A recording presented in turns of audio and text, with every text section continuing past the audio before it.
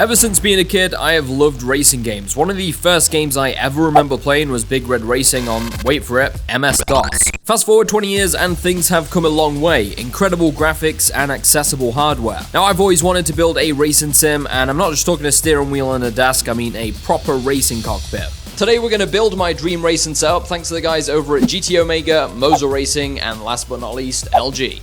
Let's get into it.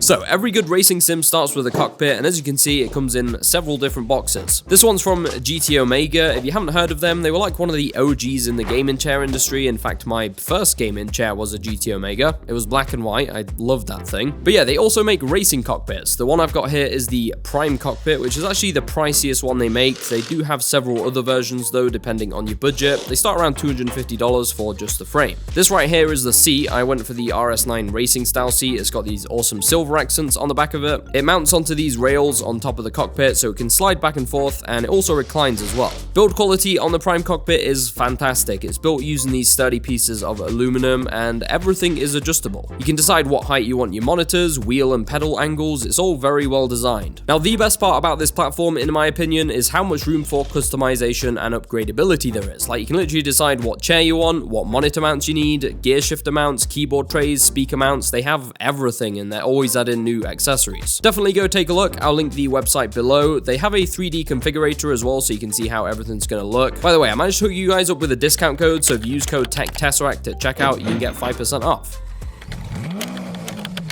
Now, the guys over at Moza knew I'd planned to do this racing sim and offered to send over this. This is the R5 bundle, so it comes with three main components: the ES steering wheel, the R5 direct drive wheelbase, along with the SRP light pedals. Now, this kit will run you around $600, which is pretty amazing value for what you get. A lot of you will probably have come across the Logitech G920, pretty much the entry level for most people to sim racing equipment. However, sooner or later, you'll come across direct drive wheels, which is what this is. They have way more torque than a gear-driven wheel, so you can feel more of everything, and it makes things like drifting actually viable. That was one thing I never really felt worked too well on the G920. It's all very high quality as well. It feels much less like a toy and more like a prosumer grade piece of kit. Now, I did have to drill a couple holes in the Prime cockpit to mount this wheelbase. It's a bit smaller than the standard. Moza actually make an adapter plate for the R5, so you definitely don't have to do this, but I couldn't wait, so here we are. Now, Moza also sent out the clutch pedal along with the brake upgrade kit. They have lots of different accessories. Installing the clutch is as simple as removing the brake pedal and then just moving it across. Since I've got the brake upgrade kit though, I'm going to install that first. It's essentially just a rubber dampener and a spring, but based on previous experience, you definitely need something to increase the brake pedal resistance. Installing it was very simple, it just pops into place. The final step is to reinstall the brake pedal into the middle and then install the clutch.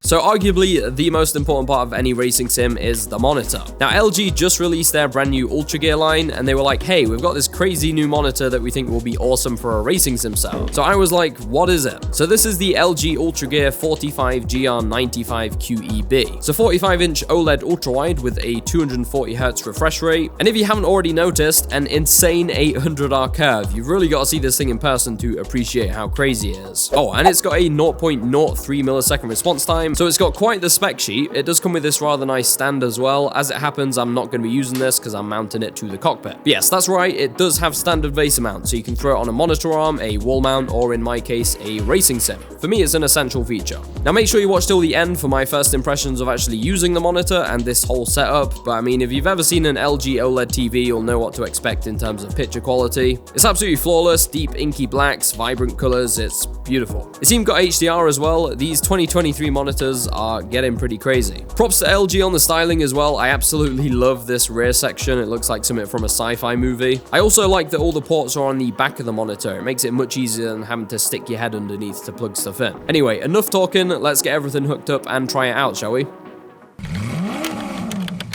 Alright guys, so we are here inside Forza Horizon 5, and I know what you're thinking, Josh, why are you playing Forza Horizon 5? That's not a sim racing game. There's two reasons why I wanted to just boot up this game. The first is because I absolutely love it. It just looks awesome, and like I love cruising around in just all my favorite cars. The second reason is because I want to talk about the monitor. Now, this game looks great on pretty much any monitor, but especially this one. As regards the curve, I didn't know whether I was going to like it when I first unboxed it, because you look at it and you think like, that's a crazy curve. it's 800R. But honestly, when it's actually in front of you, it feels super immersive. Now, obviously, it doesn't have quite the same field of view as, say, triple monitors, but you do get the bonus of not having those ugly bezels, which is quite nice. Now, the other thing I was a bit worried about was the resolution, because this is 3440 by 1440p, which most people are used to seeing this kind of resolution on, say, a 34-inch ultra-wide. But when you blow that up to 45 inches, the pixel density isn't the best. And that was something that I was like, is it going to be blurry? If you're doing like text documents and stuff on this, you probably will be able to tell that there is a little bit of like, I guess, screen door effect if you're very close to it. But for gaming, it is totally fine. I mean, my eyes at the moment are probably like a few feet away from the screen, and like I can't see any screen door effect or anything. Picture quality is also fantastic. Obviously, this is an OLED panel, and it goes up to 240 Hertz as well, which is sick. Now, I was pretty blown away by the quality of this cockpit. Like, it is completely solid. I have used a wheel before on a desk, and it's just not really the best experience. Now, as far as the build process goes, it's not difficult, but I will say you should probably like clear an afternoon or something, because it is a little bit time consuming. There's a lot of different like nuts and bolts that you have to obviously put into the frame. Now, before we talk about the actual wheel and the pedals, I'm going to boot up Assetto Corsa, because obviously that is a proper sim racing game. Actually, just before we do that, I'll show you the Moza Pit House software. So as you can see, it has detected our wheelbase, our steering wheel, and our pedals as well. And everything is like totally configurable. So if you go down here into the settings, you can basically set a bunch of stuff. I don't even know what half of this stuff does, honestly. But yeah, they have different preset modes here. So you've got like Drift, Formula 1, GT, and there are specific games that have been designed to be compatible as well. So if you look down the side here, you have a bunch of different games like Dirt 4, Assetto Corsa, Euro Truck Simulator. Yeah, I honestly wasn't expecting much from the software, but it's really good. I need to put my headphones on for this so I can hear when to shift.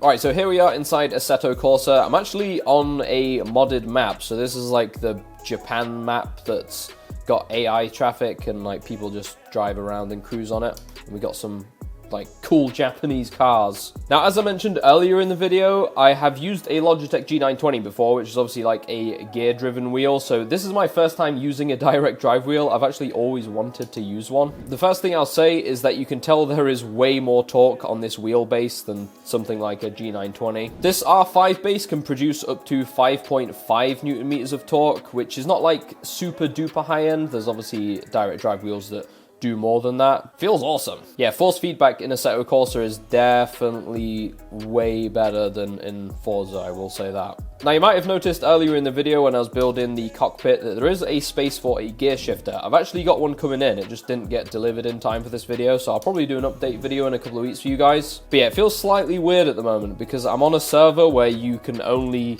use like manual with clutch. So yeah, I'm currently using a clutch with paddle shifters in a JDM car. That's all sorts of weird right there. Now, for those of you on the fence about whether or not to get the upgrade kit for the brake, definitely do it. Without it, it just feels like there's nothing there really, whereas with this, you actually have to press it. And it's not like super stiff either. I'd say it's just the right tension. Yeah, man, this feels miles better than anything I've tried before. Alright guys, so I think that'll do it for this video. I hope you all enjoyed. This was a super fun video to make. Like I said, it has been a dream of mine for so long to build like a racing sim. So once again, huge shout out to LG, GT Omega, and Moza Racing for making this possible. Now, this is definitely not the last of the racing sim content that you guys will see. I do have some upgrades planned for this. Like I say, I have the shifter coming in a few weeks, so I'll probably make a video on that. And I'm definitely going to be doing some practice as well to try and improve my skills. I've always wanted to do like drifting on Assetto Corsa. So if any of you got any tips, definitely let me know in the comments. If you want to check out any of the products featured in this video, I have them all linked down below in the description. And don't forget, you can use code Tesseract as well if you want to get a discount